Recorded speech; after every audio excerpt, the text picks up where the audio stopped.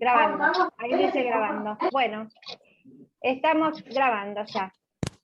Bueno, buenas tardes a todos. Estamos en un nuevo conversatorio de Refugva, con el placer de recibir nuevamente al doctor Waldo Sobrino, que como él quiere que le gusta que lo presenten, es un agradecido exalumno de la UBA, orgulloso profesor de la UBA, y discípulo y amigo por 30 años del maestro Carlos Chersi. Bueno, él ha escrito numerosos libros, entre ellos tenemos Seguros y el Código Civil, es el más conocido, la cabecera ya de nosotros, en el año 2018. Antes había escrito Consumidores de Seguros en el año 2009, y ahora en el 2020 el libro Contratos y Neurociencias. Inteligencia artificial. Bueno, estamos estrenando una nueva plataforma. Hoy tenemos, en realidad él nos ha recibido en su plataforma porque es la primera vez que lo hacemos por Zoom, así que te agradecemos especialmente esta invitación y que, bueno, que estés acá con nosotros. El tema de hoy es modificaciones a la Ley de Seguros por aplicación del Código Civil y Comercial. Así que no te robo más tiempo. Cuando quieras comenzar, Waldo, te cedo la palabra. Gracias. Gracias, amigos. Un placer, un gusto estar acá. Y ya que estamos, hagamos terapia de grupo. Yo le debo confesar que soy un... el que quiera prender la cámara, mejor, así les veo la cara cuando se van durmiendo y todo eso, cuando van bostezando, eso se sería piola. El que pueda, si no, no hay problema. Yo les contaba que soy un optimista irremediable, iure de iure. ¿Y por qué soy optimista irremediable de que nuestro país va a andar bien, mucho y pronto? No por los políticos, obviamente. Mis dos esperanzas concretas, ¿cuáles son? Una, la UBA, la Universidad de Buenos Aires. Y otra, ustedes, la justicia. Y tengo toda la posibilidad de decirle esto libremente, que creo que la justicia va a ser lo que va a mejorar nuestro país, porque yo no litigo en tribunales. Gracias a Dios estoy lejos de tribunales, así que mi vida es muy feliz. Y creo que la justicia es lo que va a hacer que nuestro país mejore mucho y pronto. Así que esto para mí, estar con ustedes, realmente es un placer inconmensurable. Así que nuevamente se agradece. ¿Qué vamos a hacer ahora nosotros, amigos? Vamos a hablar de herejía, disrupción, cosas raras. ¿Por qué? Yo tuve el honor de ser 30 años discípulo y amigo del genial Carlos Berzi. Y Carlos estaba 300 años luz delante de todos nosotros. Entonces, estar con él nos hizo repensar mucho el derecho. Entonces, ¿qué es lo que queremos ver acá? Analizar el derecho en el siglo XXI desde el punto de vista, yo debo confesar y quiero ser honesto intelectualmente, yo soy especialista en seguros y mi corazoncito está con los consumidores de seguros. Es decir, morderle la yugular a las compañías de seguros a mí me causa mucho placer. Y es lo que me gusta. ¿Okay? Entonces, ¿qué es lo que vamos a hacer? Tratar de analizar el derecho desde la perspectiva de los consumidores. Y recordando a Lutero en el año 1517, él había planteado las 95 tesis de Lutero en Wittenberg. Y yo creo que tenemos algunas tesis para plantear en el derecho del siglo XXI en el tema de consumidores conjuntamente con lo que son neurociencias, inteligencia artificial y el Código Civil y Comercial. Que si bien lo vamos a criticar muchísimo, hay cosas que son muy positivas y realmente fue un tsunami jurídico a todo nivel. Es decir, hay que replantear todo el derecho. ¿Y qué vamos a hacer? De estas tesis que les voy a comentar solamente sin profundizarlas, hay algunas que tan solo las quiero mencionar. Una, no es cierto lo que se viene enseñando en los últimos 2000 años en el sentido que los consumidores toman decisiones racionales. No. Las neurociencias, Daniel Kahneman, ya explica que todo se rige por el sistema 1, rápido, automático, veloz e emotivo, muy poco racional. Es decir, el 90% de las decisiones son no racionales. Primera cuestión que ya rompe el artículo 260. Creo que María lo tiene abierto. Ahí estamos. Bien. Entonces, la primera cuestión es que las decisiones no son racionales. La segunda es un tema fundamental, el marketing. Ya no hay más marketing, hay neuromarketing. Ergo, la publicidad que te llega a vos y a mí no es más del marketing, es concretamente de los algoritmos inteligentes que se van aplicando y nos llegan a nosotros. Tercera cuestión importantísima, algo que ustedes saben, inspectores, yo lo sé, pero no nos animamos a plantearlo. Los contratos no se leen. Y ojo con esto. Esto no es una cosa que yo estoy diciendo, che, esperá, en Argentina no se leen los contratos. No, no, no, no. Es lo que pasa. Pero en estos libros aburridos que escribo, planteo lo que se explica en Harvard. Ralph Nader, uno de los grandes doctrinarios yanquis, pasa por la sala de profesores de Harvard y le dice a los profesores de contratos, che, ¿vos lees los contratos? ¿Y qué le dicen los profesores de contratos? No, ¿qué lo voy a leer si no puedo modificar nada? ¿Ok? Entonces acá viene un tema. Che, si los contratos no se leen, ¿hay culpa del consumidor por no leer el contrato que nadie lee? Es más, vamos a hacer un ejercicio íntimo, que no quede constancia en ningún lado. ¿Qué dice el contrato de Zoom? ¿Cómo? El contrato de Zoom. Fíjense, nosotros mismos estamos haciendo todo esto por Zoom y no sabemos lo que es el contrato. Ni el de Zoom, ni el de Facebook. Entonces, ¿qué es lo que tenemos que analizar? Cómo va cambiando el derecho de todo lo que nos han enseñado en los últimos 2000 años. La ciencia nos dice, señores, ¿sabe qué? Los abogados son muy pedantes. Los abogados hablamos de todo y muchas veces no tenemos ni idea. ¿Okay? Entonces, la ciencia ya ha acreditado que muchas de las cosas que nosotros creemos no son ciertas. De entre estas tesis novas raras que quiero plantear, otra es, no para charlar hoy, pero sí para tenerla presente, el derecho no se presume conocido por los consumidores, como bien lo dice el Código Civil y Comercial. Recuerden ustedes que el artículo 1100 del deber de información determina que el proveedor debe informar toda circunstancia relevante. Y la pregunta que me hago, amigos, es, ¿el derecho será una circunstancia relevante? Y yo creo que sí.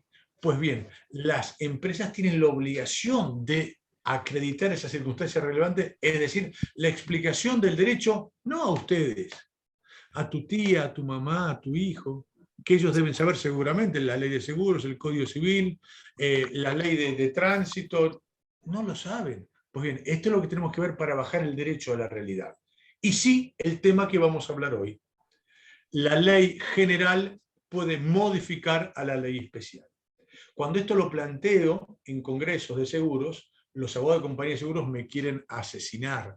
¿Por qué? Porque la ley de seguros es un coto de casa privado donde ellos están muy contentos y felices. Ahora, la pregunta es, che, Waldo, ¿vos estás diciendo que la ley general puede modificar al Código Civil, a la ley de seguros? Es decir, ¿el Código Civil modifica la ley de seguros? Y la respuesta es sí, por supuesto. Pero a ver, ojo con esto, que esta pauta no la dice Waldo, lo dice el Código Civil y Comercial. ¿Cómo? Claro, recordemos los fundamentos. Y en los fundamentos tenemos que ver con precisión, porque hay cosas muy interesantes del Código Civil y de los fundamentos. ¿Qué se dice en los fundamentos? El Código Civil en el tema de los consumidores es el piso mínimo y núcleo duro para la protección de los consumidores. Y agrega, la ley especial podrá mejorar el piso mínimo, pero nunca jamás en la vida lo podrá empeorar. Va de vuelta. El Código Civil, ley general, en el tema de consumidores es el piso mínimo y núcleo duro. Agregando, la ley especial, léase ley de seguros, podrá mejorar este piso mínimo, pero nunca lo podrá empeorar. Entonces, acá es donde vamos a tener que empezar a analizar las cuestiones. Sí, cuando haya conflicto, ¿qué hacemos? ¿Cómo que hacemos? Lo que dice el código. ¿Y qué dice el código? Sigamos con los fundamentos. En los fundamentos claramente te establece escala de graduación de aplicación normativa. El código, no Waldo, ¿eh? ¿Y cómo es la escala de graduación de normativa? Sencillo. 1, obviamente, la Constitución Nacional. Segundo, en jerarquía, los principios de protección del consumidor del Código Civil y Comercial. Y tercero, abajo, subsidiario, inferior jerárquicamente, dice el código, las leyes especiales. Va de vuelta. El propio código dice Constitución, principio del Código Civil y abajo de todas las leyes especiales, jerárquicamente hablando. Y es más, y esto es avalado específicamente el artículo 1094, cuyo título es Prelación normativa. Fíjense ustedes, prelación normativa de todo aquello que beneficia a los consumidores. Entonces, acá es donde tenemos que empezar a reanalizar la cuestión. ¿Y podrá ser que una ley general modifique una ley especial? Amigos, siempre fue así. Porque más, yo me preguntaría, ¿cuál es la norma que indica que la ley especial modifica la ley general? No hay ninguna. Berta, creo que tenés el micrófono abierto. No hay ninguna norma que diga que la ley especial modifica la ley general. Es más, recuerden ustedes que la ley general por antonomasia, la Carta Magna, modifica todas las leyes especiales. Y ahora viene el Código Civil y te dice, señor, yo paso a ser el centro normativo de todo el derecho. De manera tal que la ley especial podrá mejorar esto, pero nunca lo podrá empeorar. Como consecuencia de ello, ¿cómo queda marcado el nuevo sistema legal vigente hoy en Argentina según el Código Civil? Adentro de todo, el núcleo duro de la Constitución Nacional y los tratados internacionales. Más afuera, el piso mínimo del Código Civil, es decir, todas aquellas normas que benefician a los consumidores. Y luego el piso superior. ¿Qué es el piso superior? Es cuando la ley especial me mejora el piso mínimo del Código Civil y Comercial. Pero cuando me lo empeora, León, tenés el micrófono abierto, pero cuando me lo empeora, no se aplica la ley especial. ¿Se entiende? Entonces, acá es donde tenemos que empezar a reanalizar todo. Fíjense que mi título de la charla es muy provocativo. La ley general te modifica la ley especial. Pero si lo analizamos, esto es lo que está pasando hoy en la normativa vigente en Argentina. Y fíjense ustedes que a mí me gusta poner las etiquetas. ¿Por qué? Por la ontología del lenguaje. El lenguaje crea realidades. Entonces, cuando uno pone un título equivocado, y generalmente se toman decisiones equivocadas. Por ejemplo, y para ser muy honesto intelectualmente con ustedes, el fallo Flores de la Corte Suprema de Justicia de la Nación. ¿Qué dice el fallo Flores? Hoy no lo analizaremos, pues es un tema de accidente de tránsito y ver cómo la víctima de un accidente de tránsito es un consumidor. Pero por la ontología del lenguaje, ¿qué termina diciendo Lorenzetti? Que el contrato de seguros es un contrato paritario. ¿Ok? Fíjense, releamos Flores y te termina diciendo que el contrato de seguros es un contrato paritario. Único caso en el mundo. No hay tribunal en Argentina, no hay tribunal en el mundo que diga que el contrato de seguros es un contrato paritario. ¿Y por qué termina diciendo esto la Corte Suprema? Y porque dicen que el contrato de seguros es un contrato. Es más, y para analizarlo, amigos, ¿existe el contrato de consumo? Obviamente que no. ¿Cómo que no, Waldo? El contrato de consumo no existe. De vuelta a ontología del lenguaje. Recordemos, ¿cuáles son? Hay una relación de género-especie, si hay contrato y hay contrato de consumo, el contrato de consumo es la especie y el contrato es el género. Muy bien. Por definición, la especie tiene todas las características del género. Si faltara una, no habría una relación de género-especie. Pues bien, amigos, el contrato de consumo no tiene ninguna de las características del contrato. Recordemos, ¿cuáles son los pilares del contrato? 1, consentimiento. 2, autonomía de la voluntad. 3, obligatoriedad. Y 4, efectos relativos a los contratos. Y analicemos. ¿El contrato de consumo tiene consentimiento? Ni de casualidad, mis amigos. Tiene un mero asentimiento pasivo. O como diría Jorge Luis Borges, uno acepta con mayor resignación que entusiasmo. O alguno de ustedes cuando fue a hacer algo en el celular y dijo, yo opino, cállese, por más que usted se juegue, acá no puede opinar. Por tanto, consentimiento, consentir, la elaboración del contrato de las dos partes no existe. Primer requisito que falta. Ya con eso no existiría contrato. Pero vamos más, falta el primero, el consentimiento. Segundo, autonomía de la voluntad, es decir, la capacidad negociadora que tiene el consumidor. Chiste. ¿Ustedes vieron algún consumidor que tiene alguna capacidad negociadora con alguien? En absoluto. Por tanto, el segundo requisito tampoco existe. Tercer requisito, obligatoriedad. si bien vamos a criticar mucho el código, hay algunas cosas que son geniales. El artículo 1118 del Código Civil es una norma única en el mundo y genial. ¿Qué dice? Las cláusulas negociadas individualmente y aceptadas expresamente igualmente pueden ser declaradas abusivas por el juez. Va de vuelta. Recuerden el viejo 1197 de Vélez. Lo que las partes han pactado deberán someterse como la ley misma. No existe más. ¿Por qué? Porque lo dice el 1118. Las cláusulas negociadas individualmente y aceptadas expresamente igualmente pueden ser declaradas abusivas por el juez. ¿Esto qué significa? Que la obligatoriedad del contrato es una obligatoriedad condicional y relativa. Ya el tercer requisito tampoco está. Y el cuarto, el efecto relativo de los contratos. Amigos, Lorenzetti, cuando era doctrinario, dijo claramente en su genial obra Consumidores, el efecto relativo de los contratos es una creación del derecho civil que ha sido destrozada porque no existe en el derecho del consumo. De manera tal que el pseudo contrato de consumo, que no tiene ninguna de las 4 características del contrato, no es un contrato, es apenas un vínculo de consumo, como a mí me gusta llamarlo, o relación de consumo. Pero ¿a dónde apunta esto? Que si nosotros le seguimos dando el nombre de contrato de consumo, vamos a llegar a un error conceptual. ¿Por qué? Porque vamos a ir a la naturaleza jurídica.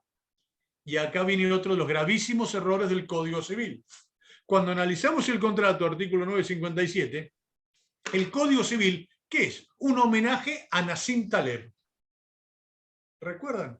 El cisne negro. ¿Por qué? Porque los principios generales del Código Civil están basados en algo que no existe. ¿O alguno de ustedes cuando ejercía la profesión hizo algún contrato paritario? En absoluto. ¿Ok? Entonces, fíjense ustedes cómo la realidad es que el Código Civil, cuando habla de contrato, termina viendo el contrato de consumo como si fuera un contrato, cuando no lo es. Y acá es donde vamos a ir bajando. ¿Por qué? Porque ahí vamos a entrar entonces. Che, ¿y la ley general puede modificar a la ley especial? Y la respuesta es, obviamente que sí. O cambio la pregunta, ¿qué tendría una ley especial de la ley de seguros que la hiciera inmune al Código Civil y Comercial? ¿Se me ocurre? ¿Hay alguna explicación? Ninguna. Y es más, para ser honesto intelectualmente, la ley de seguros fue hecha por el genial Isaac Alperín en el año 59. Pero la ley de seguros que tenemos no es la de Alperín. Es la que hizo una comisión revisora de abogados de compañías de seguros. De manera tal que todas aquellas cuestiones que más protegían al asegurado, según el excelso camarista de la Cámara Comercial de Capital Federal, que era Isaac Alperín, fue modificado sustancialmente. Entonces, planteado esto, la pregunta sería, che, Waldo, ¿y vos decís que esto podría ser que la ley de seguros haya sido modificada? Y la respuesta es sí, por supuesto, de manera absoluta. ¿Y en qué cuestiones podría haber sido modificada? Y yo creo que por lo menos en 35 artículos. Ahora estoy por publicar un libro aburridísimo, si alguno de ustedes tiene insomnio, lo lee y en 30 segundos se duerme, que es la ley de seguros analizada desde las neurociencias y la inteligencia artificial. A ver, vamos a ser muy honestos, yo tengo 4 abuelos vascos, así que mi inteligencia no es demasiado profunda. Pero yo soy futurólogo, yo les cuento a ustedes lo que va a pasar en Argentina. ¡Wow! ¡Wow! ¿Cómo haces eso? Es facilísimo. Esa es la ventaja de vivir en un país en vías de subdesarrollo, como es Argentina. Yo me dedico a leer la jurisprudencia yanqui, la jurisprudencia europea, y todo eso va a pasar en Argentina. De manera tal que cuando me peleo con una compañía de seguros, me dicen, no, Waldo, lo que vos dices son tonterías. Le digo, sí, puede ser que sean tonterías. ¿Sabes qué? Vamos a hacer así. Este caso, analicémoslo de acuerdo a la ley de seguros de tu casa matriz. No. ¿Por qué? Porque en Francia, en España, la defensa del asegurado, del consumidor, es total y absoluta. Total y absoluta. A ver. Y entonces, no tenemos que ser infantiles, no le tenemos que echar la culpa a la compañía de seguro que cuando viene a Argentina se argentiniza. Eso sería infantil. ¿De quién es la culpa? Nuestra. A ver, amigos, ¿por qué las compañías de seguros En Europa y en Estados Unidos pagan de manera inmediata. Porque siguen las enseñanzas de Max Weber, porque son protestantes o porque se le aplican daños punitivos. Te doy 108 oportunidades. Obviamente que es una cuestión que ya alertaba Carlos Gersi hace 30 años. El análisis económico del derecho. Ya Carlos decía, señores, ojo, porque las compañías de seguros, ¿en qué utilizan? Lo que él denominaba el incumplimiento eficiente. ¿Cómo? El incumplimiento eficiente. Ellos no cumplían con la póliza y les resultaba absolutamente beneficioso. Si vos te fijás una compañía de seguros y mirás su balance, en la parte del resultado técnico, es decir, lo que cobran de prima versus lo que pagan de siniestro, le da pérdida. Uy, pobres compañías de seguros. Ahora das vuelta a eso y vas al resultado financiero. ¡Pum! Para arriba. Todo el negocio de la compañía de seguros hoy es financiero. ¿Y cuál es la única manera que tenemos para romper esa cosa ilegal que les resulte beneficioso no pagar? Los daños punitivos. Y volviendo al fallo Flores, ¿qué dice el fallo Flores? Recordamos, dice que una suma asegurada establecida por la Superintendencia de Seguros de la Nación de 30.000 pesos en el año 1992. Los jóvenes no lo van a creer, pero 30.000 pesos eran $30.000. Dice nuestra Corte Suprema que en el año 2017, 25 años después, ¿cuánto era esa suma asegurada? 30.000 pesos. Claro, esa es la ventaja de vivir en Dinamarca, que no tenemos inflación. ¿Ok? Entonces decime, ¿qué compañía de seguros va a querer pagar un siniestro si es un negocio espectacular el no pagarlo? Y pregunta, amigos, ¿cuál va a ser la única manera de hacer que la compañía pague? O como diría Juan Jacobo Rousseau, se los obligará a ser libres. Donde más le duele.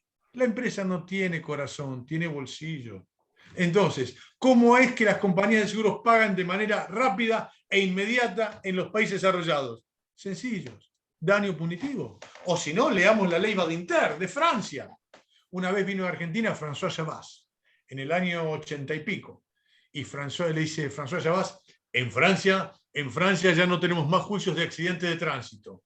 ¡Wow! Cuando terminó la conferencia dijimos, François, qué cultura la francesa, qué nivel, que no hay más juicios de accidentes de tránsito. Y Chabas, que hablaba perfectamente el castellano y era un reo tremendo, decía, si nosotros somos tan latinos como ustedes, muchachos, no es que seamos buenos.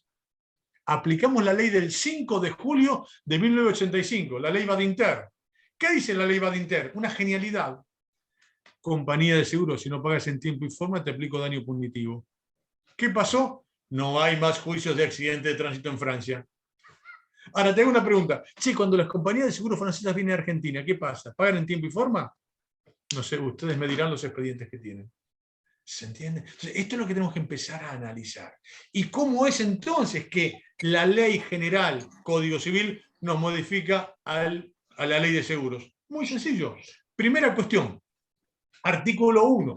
Analicemos.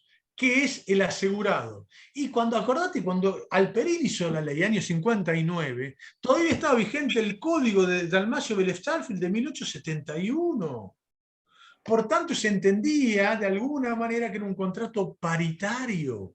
Hoy, la misma Constitución Nacional te dice, señores, no hay más contrato paritario. Ley de consumidor. Exactamente, ley de consumidor, Código Civil en el artículo 1092, artículo 42 de la Constitución Nacional, y además una genialidad de Carlos Gersi. Carlos Gersi dijo algo en el año 93 que yo tardé 25 años en entenderlo. Las diferencias entre el titular y el discípulo. En el año 93, Carlos dijo una genialidad que es, señores, el derecho de consumo forma parte de los derechos humanos. Eso lo dijo en el 93, Carlos, y yo le dije, bueno, dale, ponele. Forma parte de los derechos humanos. Exacto. Bueno, entonces, es fundamental. ¿Por qué? Porque esa genialidad de Gersey, un cuarto de siglo después, me hizo entender algo que es maravilloso. Señores, el artículo 75, inciso 22 de los Tratados Internacionales de Derechos Humanos sí se aplican a todos los consumidores. ¿Y qué dice la Corte Interamericana de Derechos Humanos que son los principios obligatorios para el Poder Judicial, para el Poder Ejecutivo y el Poder Legislativo? 1. Principio pro homine. Ergo, siempre, la norma se interpreta y se aplica en favor del ser humano de carne y hueso. 2. La operatividad. 3. La progresividad. Y 4. La no regresión. Amigos, si vamos a ser sinceros, el Código Civil y Comercial no soporta un control de convencionalidad de los jueces. Y si no, díganme, ¿qué ha pasado con el consumidor? ¿Recuerdan ustedes el tercero expuesto? ¿Qué pasó? El Código Civil hizo algo de alta tecnología, el sistema Liquid Paper. Lo que no le gustaba a las compañías de seguros desapareció. ¿O dónde está el tercero expuesto? No está más. ¿Ok? ¿Y por qué no está más el tercer expuesto? El Código Civil te lo dice con sincericidio. Che, las compañías de seguros no querían que las víctimas de accidentes de tránsito fueran consumidores. Por eso derogamos al tercer expuesto con el sistema Liquid Paper. Pregúntales algo. Che,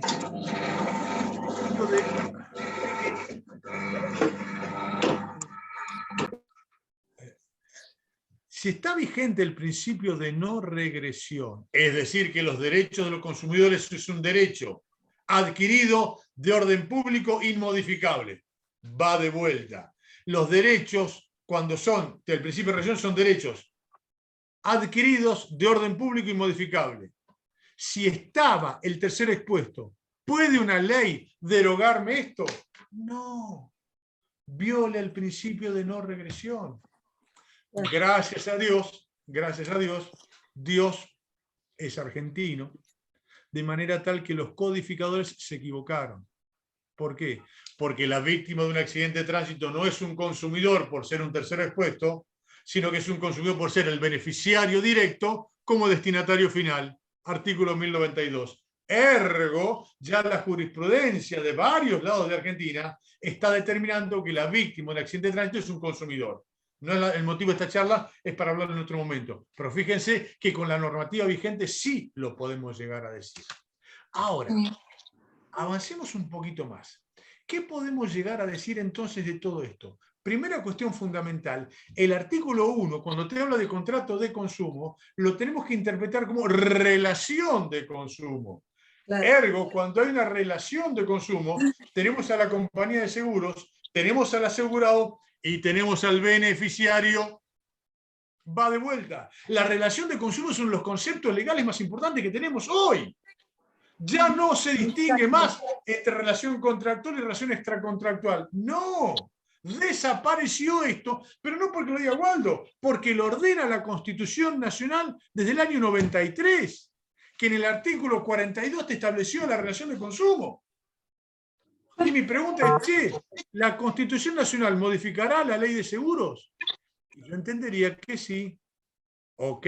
Entonces, esto es lo que tenemos que empezar a analizar. ¿Cómo se va a aplicar la Constitución Nacional a la ley de seguros? Y el Código Civil, que del artículo 1092 al 1122, es justamente la constitucionalización del derecho privado. Entonces, recuerden, amigos, lo que decía Ekmejian, que era una genialidad. Decía, la Constitución Nacional tiene derechos que tienen más importancia que otros, donde establecía que los derechos a la personalidad, los derechos a la dignidad, tienen preeminencia sobre los derechos patrimoniales. Pues bien, esa misma cuestión pasa hoy en el Código Civil, pero no porque lo diga Waldo, sino que lo ordena el artículo 1094, que el artículo 1094 tiene como título prelación normativa. ¿Y prelación normativa de qué? De los derechos del consumidor por sobre todos los demás derechos.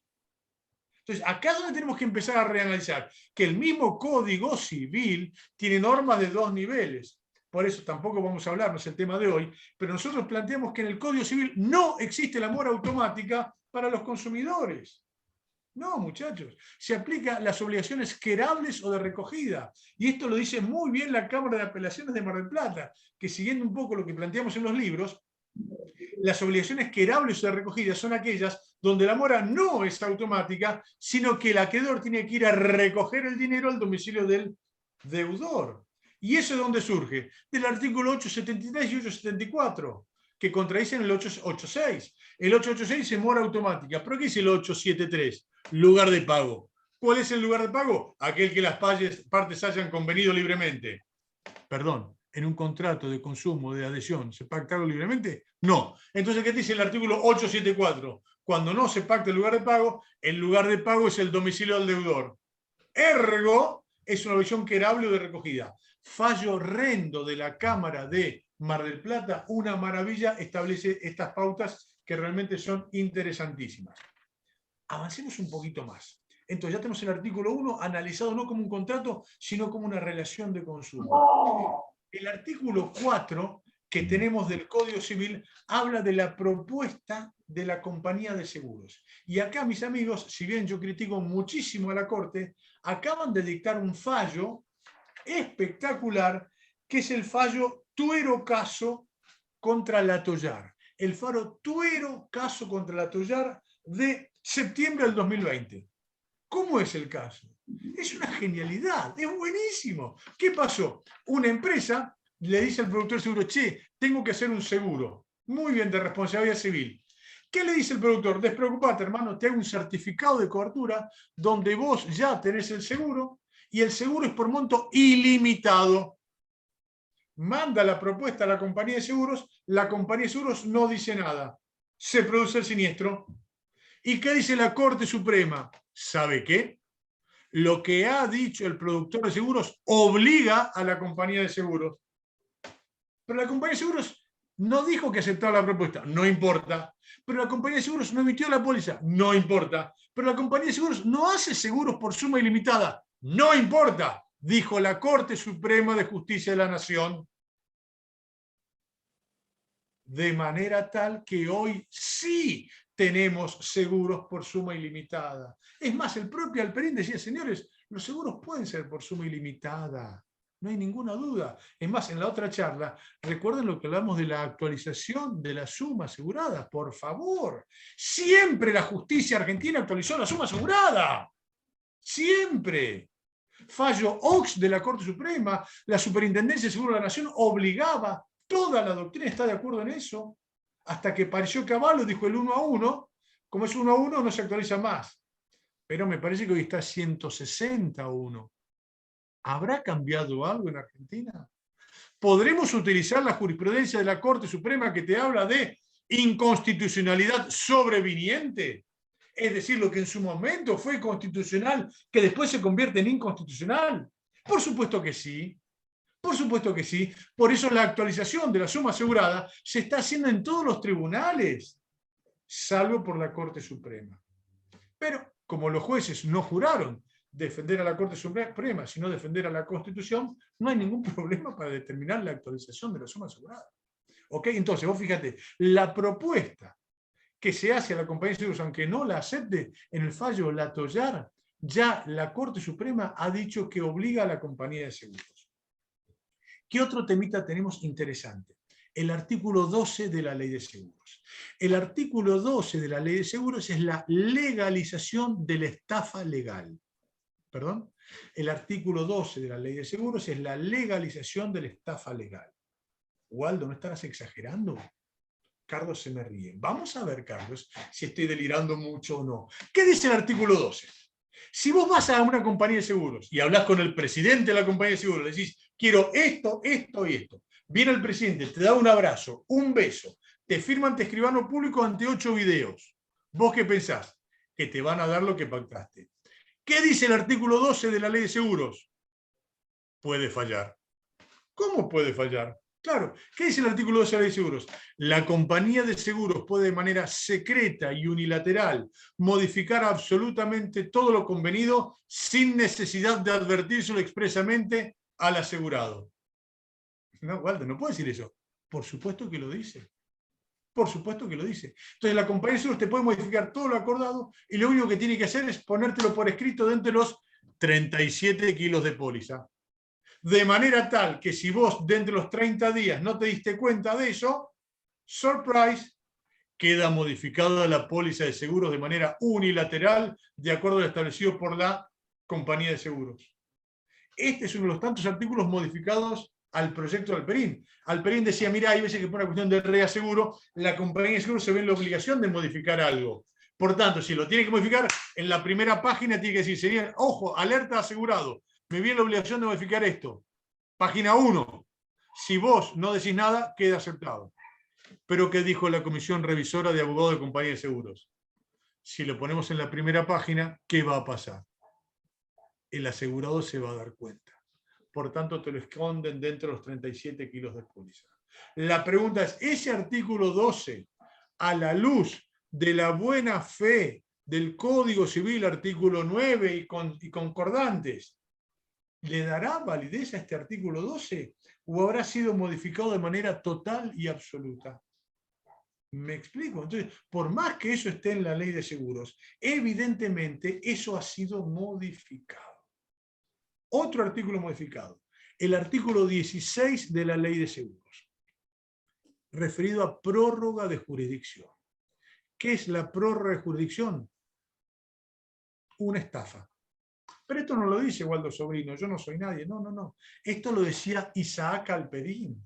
Isaac Alperín, cuando hace el proyecto de código, se dice, muchachos, no se puede permitir la prórroga de jurisdicción, porque si no el señor que hizo el seguro en Jujuy, con una compañía de seguros en Capital Federal, va a tener que venir a Capital Federal, lo que va a ser una cosa imposible. Por tanto, prohíbo la prórroga de jurisdicción. ¿Qué pasó?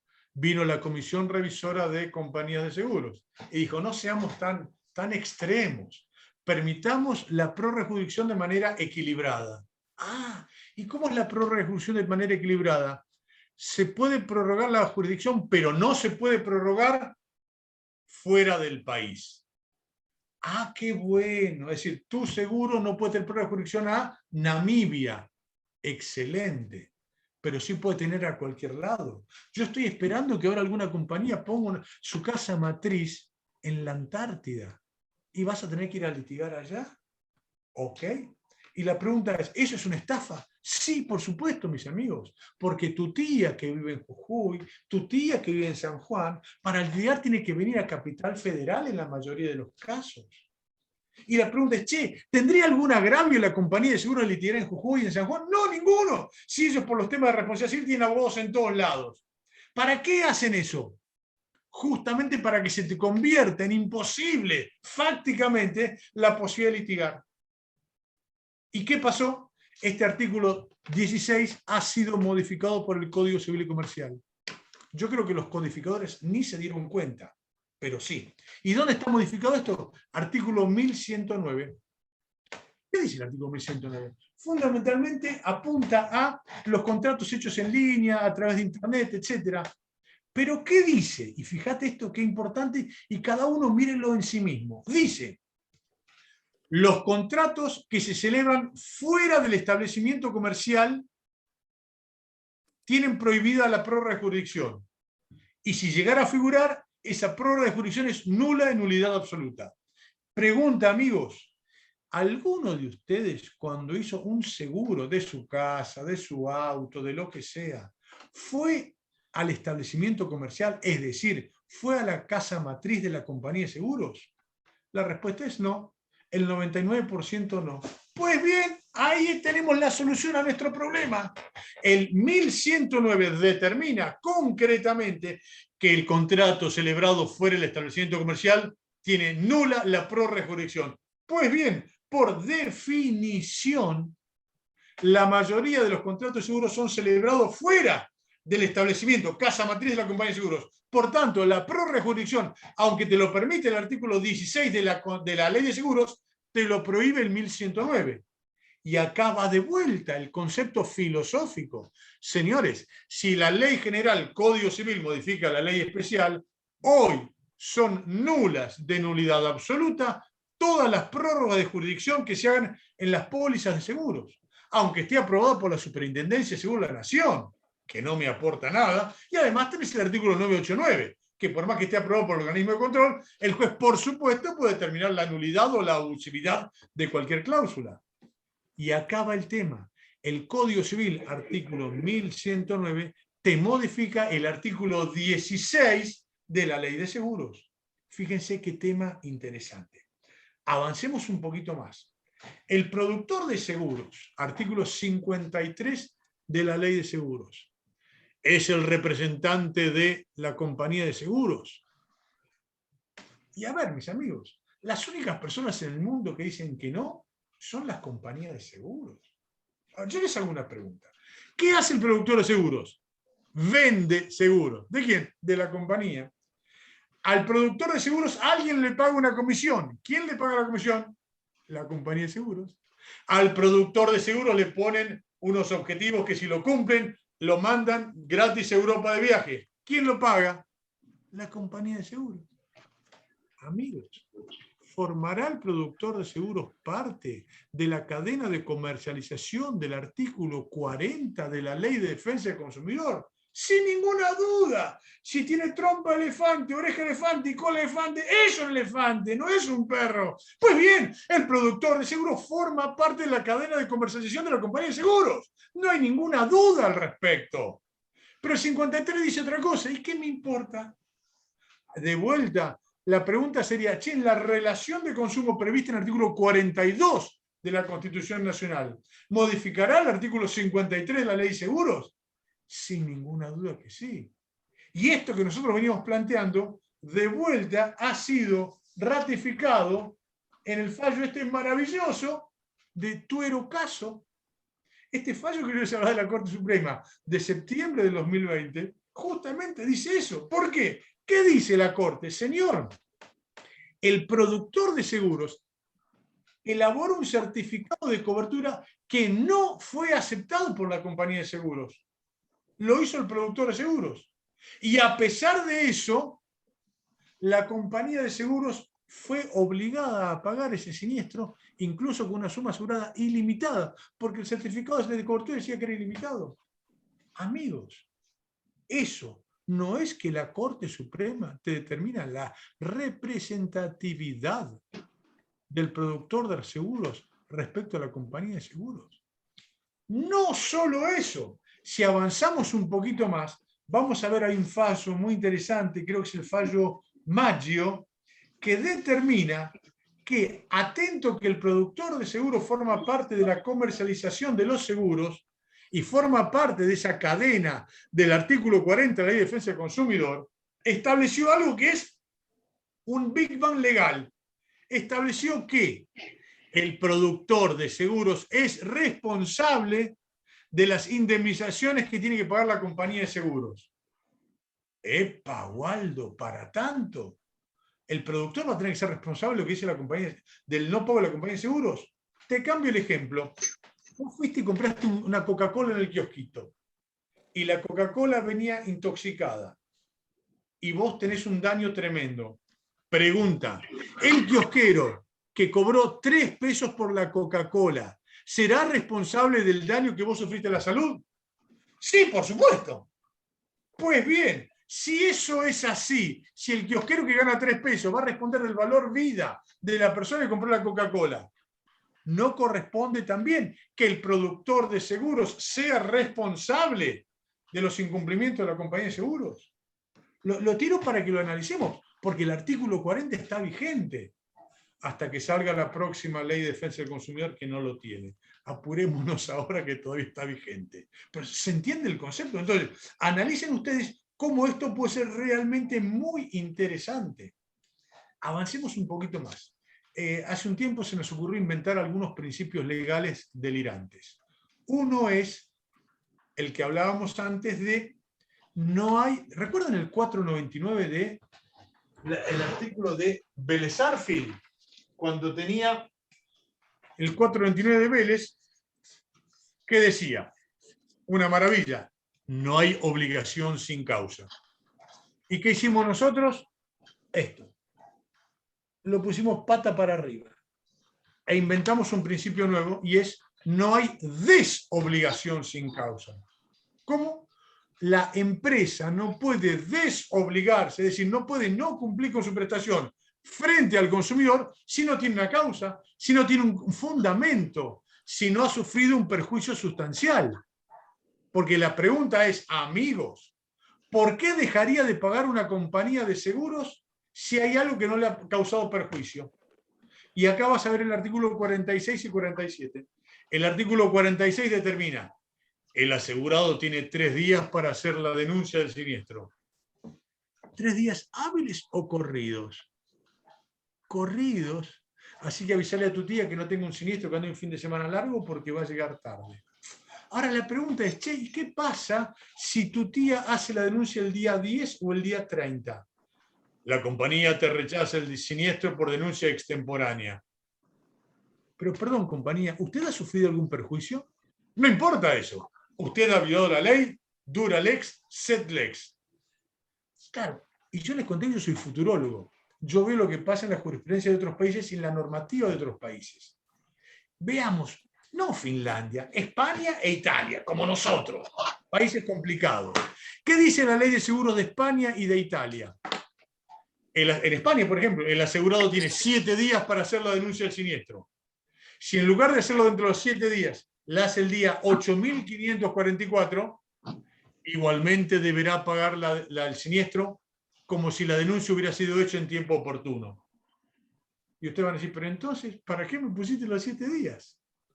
Hay un párrafo abajo de la Ley de Seguros de España que dice, una vez que la compañía de seguros pagó el siniestro, en el hipotético caso que crea que ha sufrido un perjuicio sustancial como consecuencia de la denuncia tardía, deberá iniciar un juicio ordinario en otro expediente, demostrándole al juez cuál fue el perjuicio sustancial por la denuncia tardía, y en esa proporción el asegurado le deberá devolver el dinero a la compañía de seguros.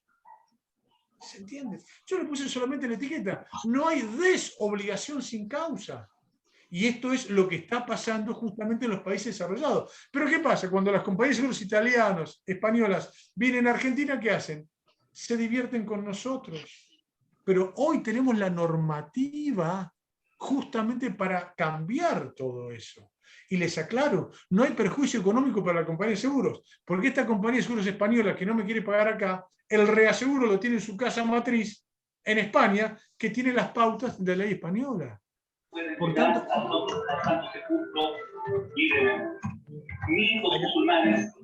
¿hay alguien hablando? Mariana, si lo muteas. ¿Alguien lo mutea? Gracias. Muy amable. Una compañía de seguros que no está de acuerdo. Entonces, avancemos. Esto para que vayan viendo la cantidad de flexibilidad que tenemos para la normativa aplicable en Argentina. ¿Ok? Vayamos a otro artículo. Concretísimo esto. Artículo 58 de la Ley de Seguros, prescripción. ¿Cuánto es la prescripción de seguros? 1 añito. La nada misma. ¿Ok? Muy bien. Cuando estaba vigente la ley de defensa del consumidor normal, que tenía el plazo de 3 años, yo planteaba, señores, si la ley de defensa del consumidor se aplica a los consumidores, la prescripción debe ser de 3 años. ¿Ok? Sencillo y fácil, no había mucha vuelta. Era obvia la respuesta. Amigos, pregunta. ¿Qué pasó con la ley de defensa del consumidor de Argentina? Es la única ley del mundo y alrededores, incluyendo Saturno y Júpiter, que no tiene un plazo de prescripción. ¿Cómo? Sistema liquid paper. ¿Qué pasó con la prescripción en la ley de defensa del consumidor? Nota, se fue, desapareció. ¿Cómo desapareció, Waldo? ¿Y por qué? Pregunta. En mi barrio lo llaman lobby. A ver, amigos, ¿a quién beneficia la desaparición del plazo de prescripción de 3 años de la Ley de Defensa del Consumidor? Te doy 108 oportunidades. 1, las compañías de seguros. 2, las compañías de seguros. 3, las compañías de seguros. De la compañía de seguros, porque es la única prescripción en Argentina menor a 3 años. Entonces, ¿qué hizo el lobby genial de las compañías de seguros? Sencillo. Derogaron el plazo de prescripción de la Ley de Defensa del Consumidor. Amigos, ¿alguno de ustedes ha visto alguna explicación del por qué se anuló el plazo de 3 años para el consumidor en la Ley de Defensa del Consumidor? No hay una sola letra escrita, porque no hay nada que explicar, porque es inexplicable. ¿Qué pasó al día siguiente que se dictó el Código Civil? Salieron todos los doctrinarios de las compañías de seguros a decir, hemos vuelto a las fuentes. Nos hubiera gustado el plazo de 3 años, pero lamentablemente, nadie sabe por qué, no existe más el plazo de 3 años. Como consecuencia de ello, nos vemos en la obligación de que el plazo sea de 1 año. Claro, como yo tengo 4 abuelos vascos, soy un tipo medio perseverante, así que publiqué en el Diario de la Ley un artículo que se llamaba Quiero retruco y quiero vale 4. Y decía, con el nuevo Código Civil y Comercial, la prescripción en seguros es de 5 años. ¿Cómo 5 años? Igual decía 3. Claro, pero la pregunta es, señores, ¿es verdad que el Código Civil es el piso mínimo y núcleo duro para la protección del consumidor? Sí. Pregunta, ¿cuánto es el plazo genérico de prescripción que establece el Código Civil y Comercial? 5 años, artículo 2560. Pregunta, ¿la prescripción de 1 año de la Ley de Seguros me estará rompiendo este piso mínimo y núcleo duro de la prescripción del Código Civil y Comercial? Sin ninguna duda.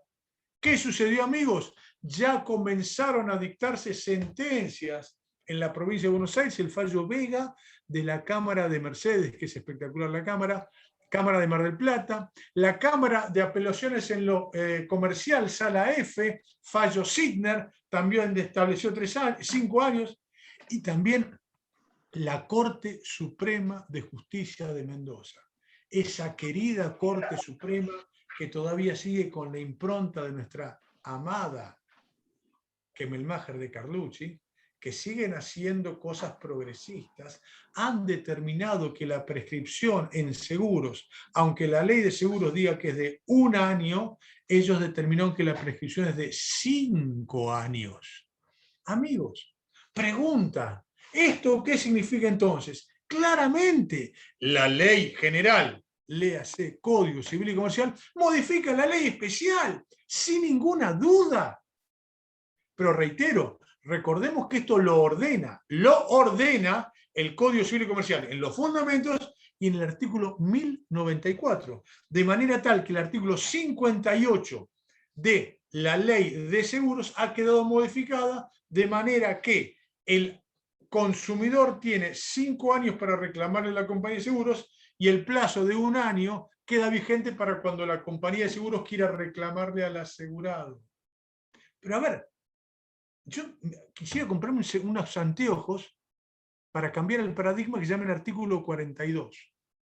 El artículo 42 de la Constitución Nacional. De la misma manera que San Agustín decía, ama y haz lo que quieras. Yo digo, apliquemos el 42 y busquemos justicia. Porque además, para tranquilidad de todos nosotros, la prescripción de 1 año en seguros no existe en ningún país del mundo. En todos los países son mucho más extensas las prescripciones. ¿Ok? Avancemos un poquito más. Acá vamos al tema de responsabilidad civil. La verdad es que la ley de seguros estableció la responsabilidad civil en el seguro de responsabilidad civil voluntario. Va de vuelta, el seguro de responsabilidad civil que marca la ley de seguros es el seguro de responsabilidad civil voluntario. Y acá de vuelta nuestra queja republicana a la Corte Suprema en los fallos que hablan de la inoponibilidad de la franquicia, y cuando ellos dicen que es oponible a la víctima, o el fallo Flores. Recordemos el fallo Cuello. ¿Qué dice en el fallo Cuello la Corte Suprema, específicamente Lorenzetti? Dice, si se aceptara la inoponibilidad de la franquicia a la víctima de un accidente de tránsito, se estaría echando por tierra la tradicional ley francesa de 1804. Punto, y después cambió de tema. Digo, ¿será un mensaje masónico? ¿Será algo elíptico que yo no entiendo? Claro, después de pensar, ¿qué me di cuenta? Lo obvio. ¿De qué está hablando la corte? Tronchet, Portelet, Bigot de Promenade y Maloville. Es decir, estaban aplicando el Código Napoleón de 1804 a una resolución del año 2017. Y acá la pregunta era, che, ¿y en el Código Napoleón existía el seguro de responsabilidad civil obligatorio? No, mis amigos, Potier, que era la fuente del Código Napoleón, decía que el seguro de responsabilidad civil era una inmoralidad. Es decir, vos fijate, la fuente del Código Napoleónico te decía que era una inmoralidad el seguro de responsabilidad civil. ¿Y qué hace nuestra Corte Suprema en el fallo Flores, siguiendo el fallo Cuello? Aplica el Código Napoleón de 1804, cuya fuente sabemos que es Potier, de 1790, y también Domá, con su obra era Del orden natural de las leyes. ¿Y de cuándo es la obra de Domá? 1694. ¿Ok? Entonces, en el año 2017, en Argentina, con un seguro obligatorio para proteger a la víctima, aplicamos la tradicional normativa de Domá del año 1600. ¿Ok? Entonces, con esto, ¿qué quiero plantear? Amigos, seamos muy claros que el artículo 109 se refiere al seguro de responsabilidad civil voluntario. ¿Y qué es el seguro de responsabilidad civil obligatorio? Es otro animal, es otra cosa. A ver, la pregunta es, ¿yo tengo seguro de mala praxis profesional? Sí. ¿Por qué? Porque yo asesoro empresas y si me manda una macana y me llega un reclamo, mi novia me asesina. Entonces yo, por una cuestión de protección personal, tengo mi seguro de responsabilidad civil voluntario de mala praxis. ¿Ok? Muy bien. Ahora, ¿a quién quiero proteger yo con mi seguro? A mí de mi novia. Ahora la pregunta es, señores, cuando los legisladores establecieron el seguro obligatorio, va de vuelta, seguro obligatorio, ¿a quién quieren beneficiar? Amigos, no hay mucha vuelta, es tan fácil. A ver, en todo el mundo desarrollado, el seguro obligatorio es para beneficiar a la víctima. ¿Puede haber alguna duda? ¿Alguna duda de que el seguro obligatorio es para proteger a la víctima? ¿Y qué dice el artículo 1092 del Código Civil? ¿Quién es consumidor? El beneficiario directo como destinatario final. ¿Puede haber alguna duda que la víctima de un accidente de tránsito es un consumidor? Reitero, no es el tema de hoy, pero tan solo lo quiero decir. A ver, y esto para hablar con total franqueza, total ya soy grande. ¿Por qué las compañías de seguros no quieren que la víctima sea un consumidor? ¿Por una cuestión doctrinaria? ¿Por una cuestión legal? No, por un solo tema, mis amigos. ¡Uno solo! Daño punitivo. Tan fácil como eso. Ya lo decía el genial Carlos Gersi. La única manera de que las empresas que suelen no cumplir... A ver, si yo le pregunto, che, ¿cuántas compañías de seguro vos conocés que no cumplen de manera sistemática? Y vos mirás un listado enorme. Che, ¿y por qué siguen incumpliendo? Porque sigue siendo negocio. Che, ¿y qué pasa si un día un juez le aplica el daño punitivo y le rompe los dientes a la compañía de seguros? Es más, y acá ya, hablando de delirio y con confianza, le puedo preguntar, che, ¿y el daño punitivo puede ser aplicado de oficio? Waldo, ¿cómo va a ser aplicado de oficio el daño punitivo? Y esta es una idea de una amiga mía, Graciela Lovese, yo lo escribí en uno de mis libros, el Seguros y el Código Civil y Comercial, donde decimos, perdón, ¿el juez no está obligado a prevenir los daños? Y sí, artículo 1710 y concordantes. Perdón, ¿y el daño punitivo no sirve para prevenir los daños? Les tiro el desafío de la posibilidad de que los daños punitivos hasta sean aplicables de oficio. ¿Pero a dónde voy con todo esto? que la única manera de que las compañías de seguros paguen en tiempo y forma es que no les resulte negocio no pagar. ¿Ok? Y el daño punitivo, por eso es que no quieren que la víctima sea un consumidor, para que ustedes no le apliquen el daño punitivo. Tan fácil como eso. ¿Está? Pero avancemos. Otras cosas delirantes que tenemos en la práctica diaria. Ustedes vieron que se suele decir, la compañía de seguros tiene la dirección del proceso. ¿De dónde surge eso? Eso es mentira. Perdón, no es mentira, es ilegal. ¿Cómo ilegal? Si la póliza dice que la compañía de seguros tiene la dirección del proceso, es decir, cuando le llega la demanda al asegurado, va a la compañía de seguros que le designa el abogado para que sea la dirección del proceso. Eso es ilegal. ¿Cómo ilegal, Waldo? ¿De dónde surge? De la póliza. ¿Y qué dice la ley? Todo lo contrario. ¿Cómo todo lo contrario? ¿Qué dice la ley? Artículo 110 de la Ley de Seguros. La compañía de seguros tiene la financiación del proceso, no la dirección del proceso. ¿Qué significa esto? Que el asegurado tiene el derecho absoluto de nombrar el abogado que quiera para que lo proteja en el juicio. ¿Ok? Y fíjense que la compañía de seguros no tendría agravios porque los honorarios de ese abogado los van a regular ustedes. ¿Se entiende? Les comento que hay muchísimos juicios, seguros de responsabilidad civil, donde el abogado lo nombra el propio asegurado. Por ejemplo, los seguros de directores y gerentes. ¿Vos te crees que a un directorio de una empresa multinacional el abogado se lo va a poner la compañía de seguros? No, lo nombra el propio director y capaz que cobran $100.000, $300.000. Pues bien, acá no hay ese problema, porque los honorarios los van a regular ustedes.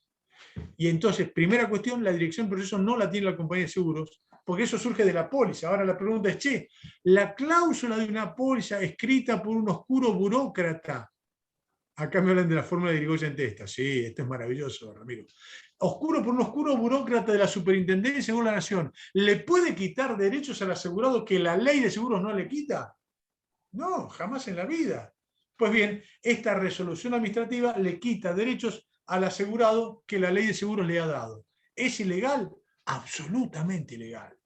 Pero peor todavía, y acá vamos a traer un tema que, amigos, es fundamental que lo analicemos, que es la contradicción de intereses del abogado de la compañía de seguros frente al propio asegurado. Va de vuelta. El asegurado tiene derecho a nombrar su propio abogado aunque no haya contradicción de intereses. Pero cuando hay contradicción de intereses, no hay ninguna duda que vas a tener, obviamente, la posibilidad de nombrar un abogado. Y a ver, les hago una pregunta. ¿En algún caso habrá contradicción de intereses del abogado de la compañía de seguros que representa al asegurado en un juicio de responsabilidad civil de automotores? La respuesta es siempre. ¿Cómo? La contradicción, ¿cuándo es? Siempre. ¿Cómo siempre, Waldo? Amigos, esto es muy fácil. Si yo fuese abogado del asegurado y me llega una demanda, suponte que me reclaman 10 millones de pesos, ¿ok? 10 millones de pesos de reclamo. Mi suma asegurada, 10 millones de pesos. ¿Qué cobertura tengo del seguro? El 100%. Entonces, ¿qué diría? Pucha, qué lástima tener un juicio, pero por lo menos tengo la tranquilidad que tengo cubierto el 100% del reclamo. ¿Qué va a hacer el abogado de la compañía de seguros? Va a tratar que el juicio dure 10 años. Entonces, esa demanda original de 10 millones de pesos, obviamente el juez la va a llevar a un monto actualizado a su momento, 100 millones de pesos.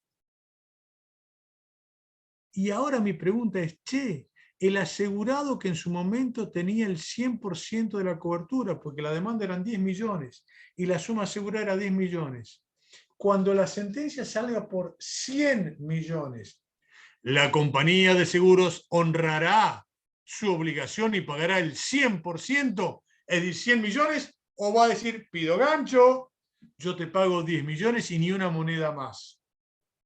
¿Ok? Y la pregunta es, si ese asegurado tuviese un abogado que no fuera de la compañía de seguros, ¿qué sería lo primero que plantearía el abogado del asegurado? Señor juez, ojo, yo tengo acá el 100% de cobertura. le pido por favor que cuando se dicte sentencia, si usted va a actualizar el reclamo de la víctima con las mismas pautas, artículo 772, obligación de valor, actualíceme mi suma asegurada para que yo no quede desenganchado.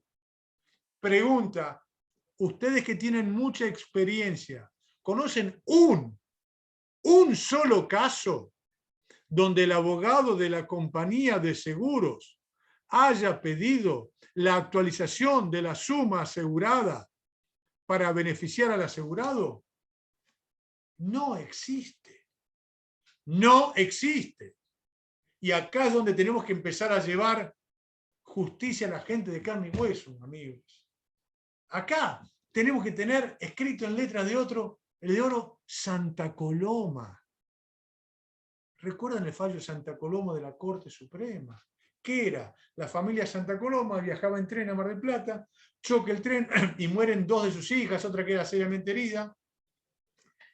Hacen una demanda, daño moral, y llega a la Cámara de Apelaciones. ¿Y qué dice la Cámara de Apelaciones? De un camarista que seguramente sería una persona intachable, de filosofía estoica, y decía, el dinero no le va a volver a dar la vida de las niñas muertas. Como consecuencia de ello, la indemnización por daño moral va a ser de 1 peso.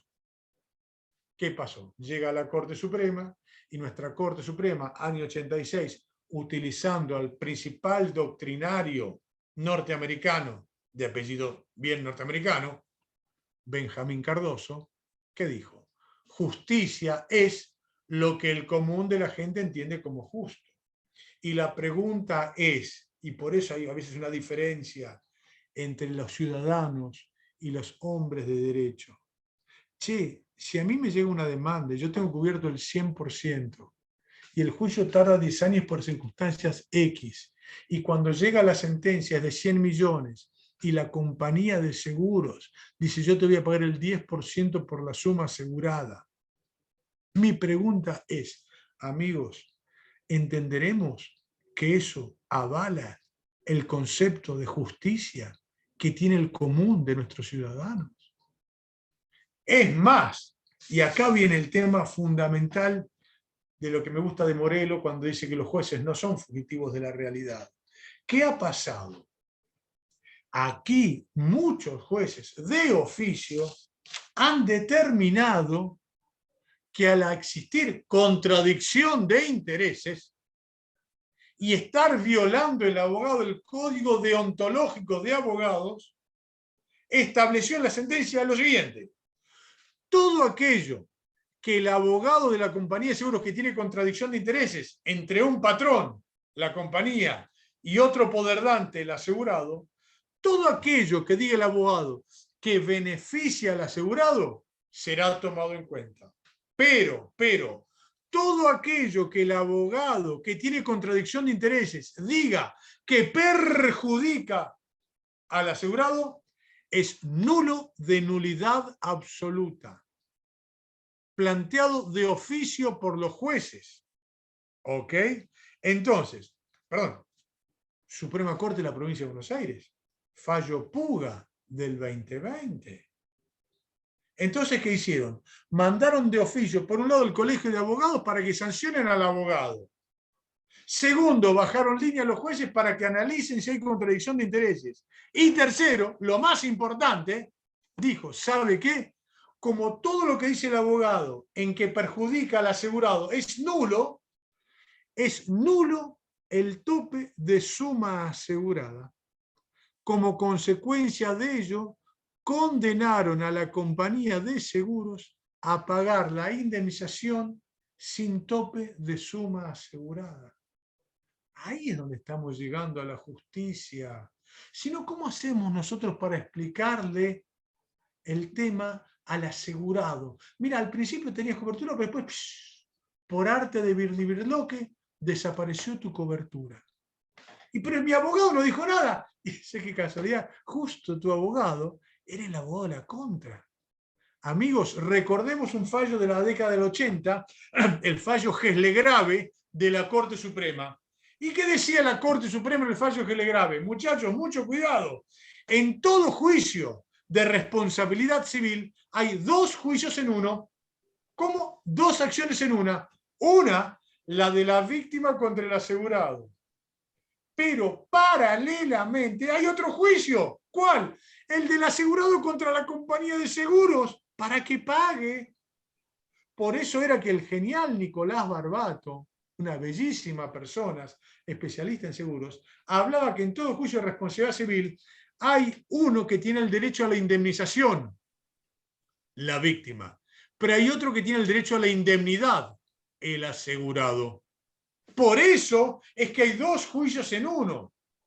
Y mi pregunta es, che, si hay dos juicios en uno, ¿puede ser que cuando el asegurado está peleando contra la compañía de seguros, lo defienda aquel abogado cuyos honorarios lo paga la propia compañía de seguros? Acá mi amigo Guillermo Shakespeare diría, algo huele a podrido en Dinamarca. Amigos, ¿no les llama la atención que el abogado que tiene intereses contrapuestos defienda a las dos partes? Pero a mí me gusta plantear el problema con la solución. El problema en la provincia de Buenos Aires ha sido solucionado mágica y espectacularmente por la Corte Suprema. Fallo Puga contra Búsico. Suprema Corte de la provincia de Buenos Aires de fecha 11 de marzo del 2020, que te habló concretamente de la contradicción de interés. ¿Ok? Y esto también ha sido planteado en el caso Medina con Medina, de la Cámara de Apelaciones Sala A, y en el caso Frisolo concreta. Es decir, el juez, cuando ve que hay esa contradicción de intereses, dice, amigos, esto no puede seguir así, de manera tal que esto hay que sancionarlo. Para ir cerrando, porque no les quiero robar tiempo y quiero que pasemos a las repreguntas y todo eso, ya veo que de las que tienen cámara prendida, la mitad se me durmió y el otro está roncando en silencio. Para aquellos que están despiertos, les cuento la última. Y esto es una cosa que me vuelve loco. El artículo 118 de la Ley de Seguros. Es la moderna aplicación del 1197 del Código de Vélez.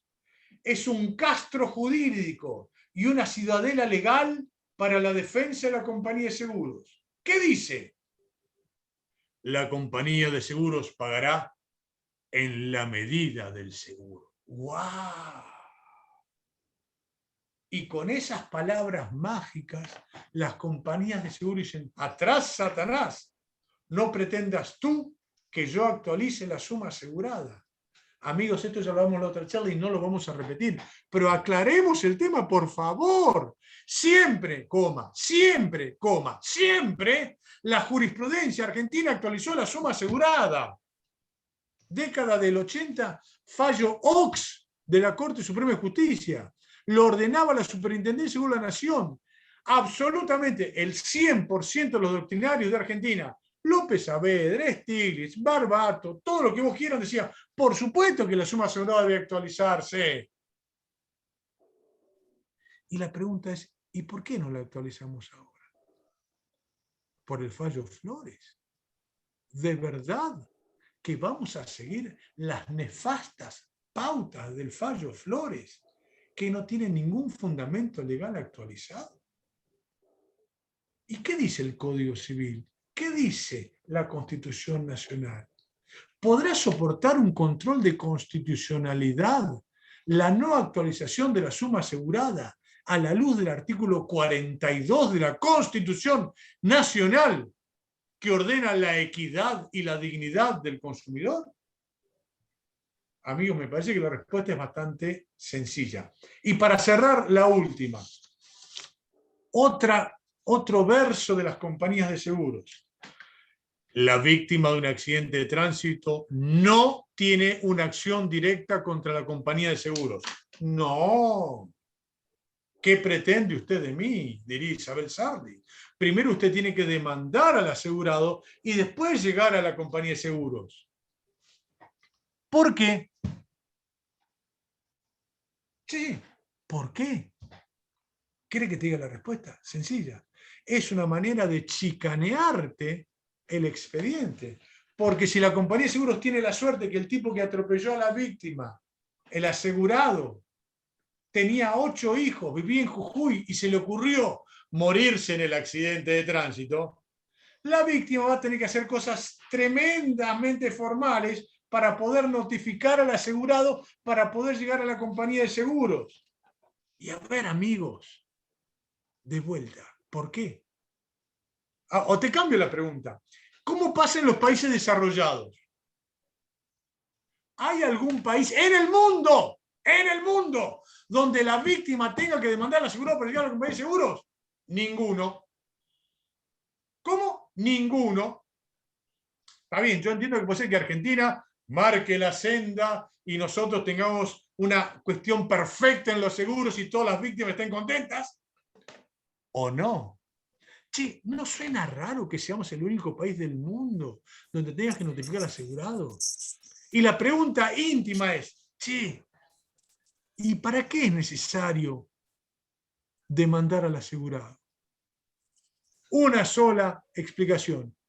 Chicana, franela, tratar de hacerle más difícil el reclamo a la víctima. ¿Se entiende? Entonces, en ningún país del mundo pasa eso. Ahora la pregunta es, che, si la víctima es un consumidor de seguros, como yo creo que lo es, y ya hay mucha jurisprudencia que lo está determinando, yo no podría aplicar el artículo 40 de la Ley de Defensa del Consumidor, que establece la responsabilidad de toda la relación de consumo. Claro, Barbato proponía la acción directa, por supuesto, y gran parte de los doctrinarios proponen la acción directa, pues es una obviedad. Es la única manera de mantener a la persona, a la víctima, que pueda curar rápidamente. Ahora, si aplicamos el artículo 40, y en esta relación de consumo, ¿el consumidor puede reclamarle a cualquiera que forme parte de la relación de consumo? La respuesta es por supuesto que sí. De manera tal que la víctima sí puede demandar a la compañía de seguros. Y acaba de salir un fallo, es un poco viejo porque es del 22 de marzo del año 2021, reciencito. La excelente Cámara de Apelaciones en lo Comercial, Sala F, que es brillante esa sala, estableció la acción directa autónoma de la víctima contra la compañía de seguros. Claro, era una situación tan absurda y estúpida que no toleraba ningún tipo de razonamiento. ¿Cómo era? Y vos fijate en lo que decía la compañía de seguros. Era un caso de un señor que iba en su auto, patina, vuelca y muere la esposa, se lastima el niño, todo bien. Nota a pie de página, cuando quieran podemos hablar de las cláusulas abusivas en los seguros. En este libro aburrido de seguros y el Código Civil, el tomo 2 tiene las primeras 35 cláusulas abusivas. Una de estas cláusulas abusivas, estúpidas y ridículas y arbitrarias, es que el seguro de responsabilidad civil no cubre a los parientes. ¿Perdón? El seguro de responsabilidad civil no cubre a los parientes. ¿Por qué? ¿Qué te van a decir las compañías de seguros? La verdad es que no tienen explicación. Cuando vos los apretás mucho te dicen, para darle nivel, moral hazard. Ah, bueno, ese es en inglés. El riesgo moral de que el asegurado haga todo dolosamente para perjudicar a la compañía. Y yo digo, ¿cuál sería el caso? Y vos tenés que agarrar a tu hijo de 12 años, poner el cinturón de seguridad, con tu auto apuntarle a un container, cuando estás por chocar, te bajás como la pantera rosa, se mata a tu hijo y ahí le haces la demanda fraudulenta a la compañía de seguros. Es decir, la ley, la póliza presume iure de iure el fraude del consumidor. No estamos todos locos. Pues bien, en este caso, ¿qué sucedió? Un señor iba con su auto, patina, se muere la esposa, se lastima el hijo. Claro. Entonces le reclaman a la compañía de seguros. Acuérdense, artículo 68 de la ley 24.449. ¿Qué cubre el seguro obligatorio de responsabilidad de automotores? Tercero, transportado y no transportado. Pues bien, el pariente del asegurado es un tercero transportado, por tanto tiene cobertura, sin ninguna duda. Entonces, el niño le tiene que reclamar a la compañía de seguros. ¿Y cómo le reclama a la compañía de seguros? A través del padre. Entonces el padre le reclama a la compañía de seguros en el juicio. ¿Y qué le dice la compañía de seguros? Esto es genial, únicamente en Argentina. No, usted no me puede mandar a mí. ¿Por qué? Porque tiene que demandar al asegurado. ¿Y quién era el asegurado? El propio padre del menor. Entonces, para hacer toda esta locura delirante, el padre del menor se tenía que demandar a sí mismo para citar en garantía a la compañía. ¿Entienden que Kafka era argentino? No hay ninguna duda. Ustedes saben que Kafka estaba loco. ¿Cuál era la profesión de Kafka, además de escritor? Abogado. Y como Kafka estaba muy loco, ¿cuál era la especialidad de Kafka dentro del derecho? Abogado de seguros, trabajaba en Generali. Y yo creo que Kafka era argentino y escribió las pólizas de seguro de Argentina. ¿Se entiende? Entonces, en este caso, Esparza contra QBE y la Buenos Aires, la Cámara de Apelaciones Comercial, Sala F, determinó, ya termino y con todas las preguntas que quieras, con todo gusto, Miguel Ángel, determinó que existe la acción directa autónoma de la víctima contra la compañía de seguros sin necesidad de reclamar al asegurado. Para ir cerrando, y ahora dejamos la parte más interesante, que son las repreguntas. Amigos, tenemos todas las herramientas legales para hacer justicia, para que el más vulnerable pueda cobrar. Mi viejo era historiador y le gustaba mucho el mariscal Rommel. Segunda Guerra Mundial, Rommel era prusiano pero no nazi, por eso Hitler lo odiaba. Y lo mandó al norte de África, con el Africa Corps, a pelear con Montgomery, el general estrella de los ingleses. Y como Hitler lo odiaba a Montgomery, no le daba tanques, soldados, nada. Y a pesar de eso, Rommel lo volvió loco a Montgomery. ¿Y qué tenía escrito en su tienda de campaña? El mariscal Rommel. Y por eso yo soy optimista de jure, que nuestro país va a mejorar mucho y pronto, gracias a la justicia y gracias a la Universidad de Buenos Aires. La frase de Rommel era: lo imposible lo haremos ahora. Los milagros tardarán un poco más. Amigos, muchas gracias, muy amable. Bueno, muchísimas gracias, Waldo. Acá, bueno, todos te felicitan, te agradecen por la exposición tan excelente, tan clara, como siempre. Y hay preguntas, sí, hay algunas cuestiones que... Hay preguntas. Por ejemplo, Marcela Roth pregunta, ¿cree que los contratos electrónicos, por ejemplo, Mercado Libre, forman parte de la cadena de comercialización y si eventualmente podría ser responsable en una acción en su contra, puntualmente con referencia a los fallos Kosten y Clapton? Dice, no sé. La respuesta es sí, por supuesto, porque lo ordena el artículo 40 de la Ley de Defensa del Consumidor. Es más, en lo que nos conviene, en los principios, recordemos a los romanos que decía, donde está el lucro, está la responsabilidad. Pregunta, che, ¿Mercado Libre gana con esto? Y la respuesta es sí, por supuesto. Pues bien, si ganás, tenés responsabilidad. ¿Recuerdan lo que pasó con los supermercados? Que te daban el estacionamiento libre y ya, pero como esto es gratuito, yo no soy responsable. No, hermano, forma parte del paquete, por tanto sos responsable. Como consecuencia eso, para mí, sí es responsable toda la cadena de comercialización y, por supuesto, Mercado Libre. Sí. Perfecto. Bueno, Juan Manuel Gitter te sugiere seguros de responsabilidad civil para los productores, porque, bueno, también al ser responsable... Necesariamente, a ver, un productor de seguros hoy tiene una responsabilidad tremenda. Y amigo, yo como abogado tengo mi seguro de mala praxis.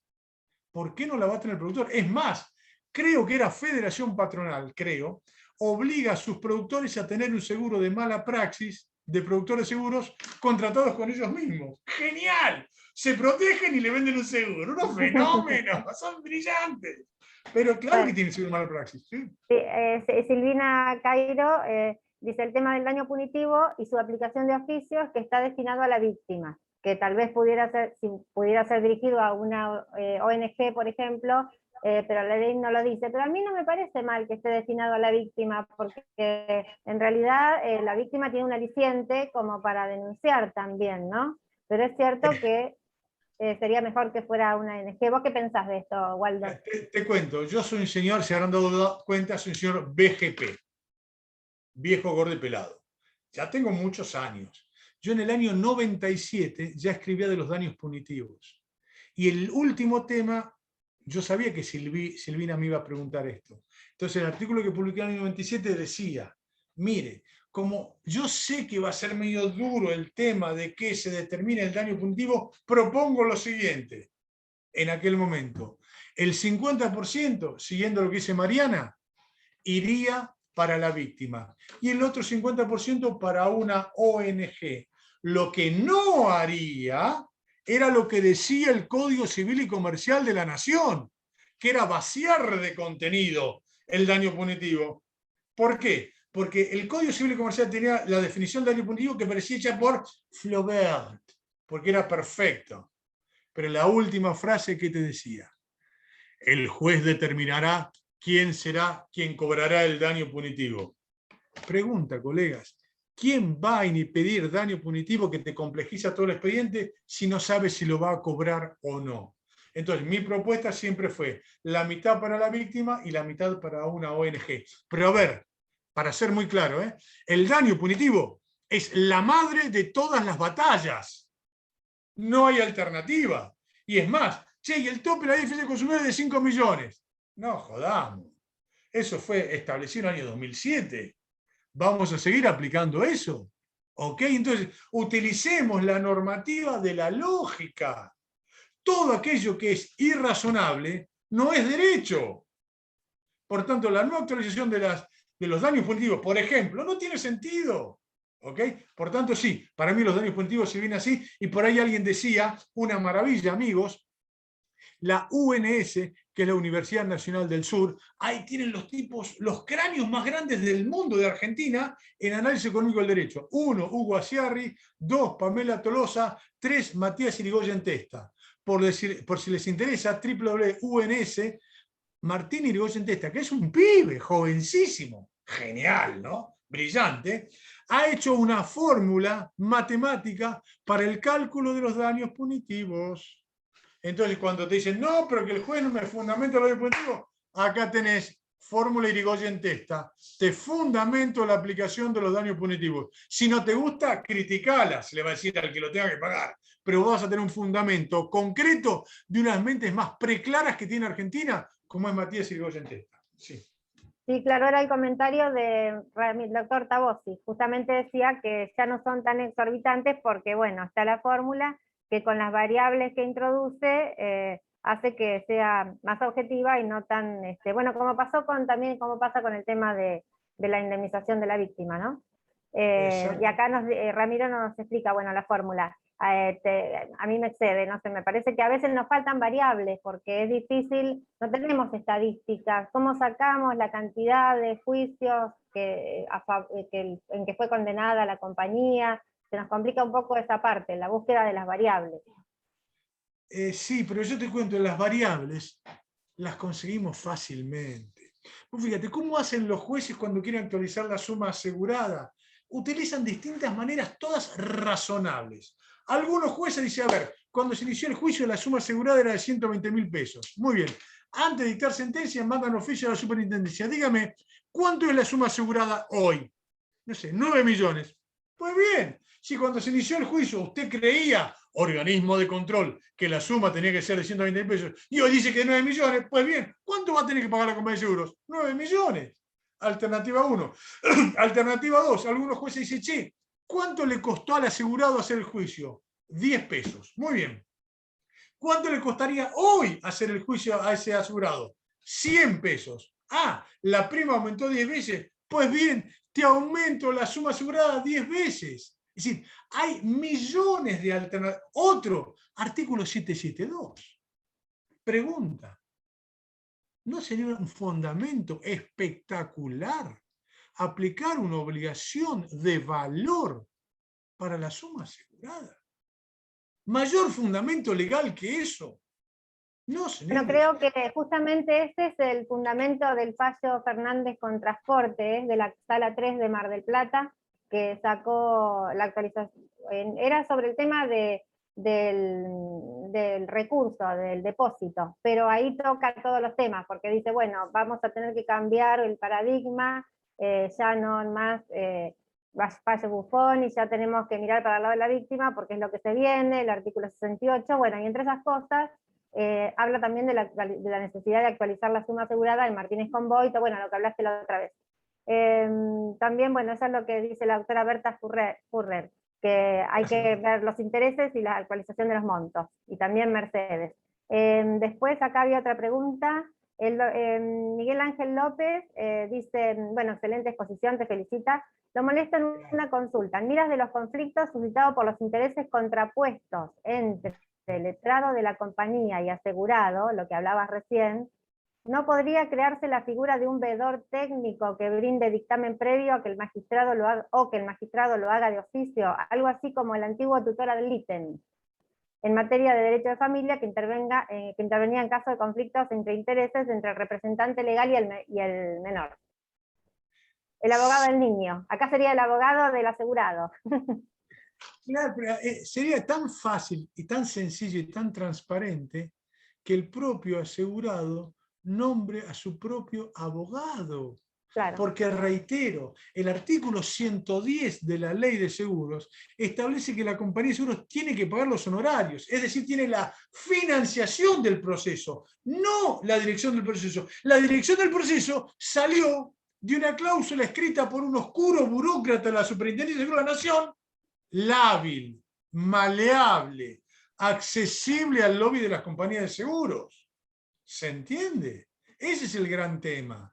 Y reitero, por definición, la Corte, fallo Gesle grave, te determina que en todo juicio de responsabilidad civil hay dos juicios en uno. Y no te puede defender el mismo abogado los intereses contrapuestos. El doctor Atela, Vicente Atela, está preocupado, igual que yo, y creo que todos, por las pautas para determinar o cuantificar el daño punitivo cuando la parte solo lo pide, pero no acompaña pruebas. Además de la fórmula, ¿se te ocurre alguna otra pauta más sencilla? A ver, hay distintas maneras. Una es mirar los balances de las empresas, cómo actúan las empresas, y hay que ser muy concreto. Que duela sin que quiebre. Le tiene que doler mucho. Ustedes conocen el caso del Ford Pinto.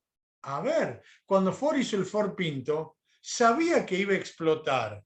Y hizo el cálculo actuarial. ¿Cuánto sale arreglar el Ford Pinto? Década del 70, 100 millones de dólares. Hay que multiplicarlo por 20 más o menos, hoy en día. ¿Ok?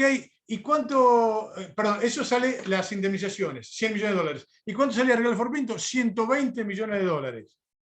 ¿Qué hizo Henry Ford III con Lee y Coca? Vendían el Ford Pinto, le ponían un botiquín para primeros auxilios contra quemaduras, y hermano, quemate. Era negocio que la gente se muriera quemada porque él ganaba plata. ¿Cómo se cortó eso? Daño punitivo. O si no, el caso Exxon Valdez, también de Estados Unidos, cuando utilizaron barcos que no tenían doble fondo, porque era negocio y sabían que eso iba a producir un daño. Daño punitivo. Preguntame cómo actúa la Exxon ahora. Por supuesto que maneja todo para que no haya daño ambiental. Es decir, una vez que le pegues duro a una compañía de seguros, las compañías dicen, che, se lo tomaron en serio. Bueno, si se lo tomaron en serio, actuemos como en cualquier lugar del mundo, paguemos en tiempo propio. Bien. Juan Manuel dice, el actor puede pedir al demandado que informe cantidad de juicios bajo apercibimiento de entender que no hay, y por ende aumentar el daño punitivo y pericia contable. Bueno, no sé el apercibimiento, Juan Manuel, qué quisiste decir, pero sí. Es que, en realidad, amigos, ¿cuál es la realidad? El daño punitivo, hay una fórmula matemática, yo te la tiro como una pauta como para darle cierto fundamento. Ahora, la realidad es que el daño punitivo va a depender del incumplidor. Ustedes conocen varias compañías de seguros que te cambian el texto de la póliza. ¿Ok? Y se ha aplicado daño punitivo. Sí, en realidad le aplicaron dañito punitivito.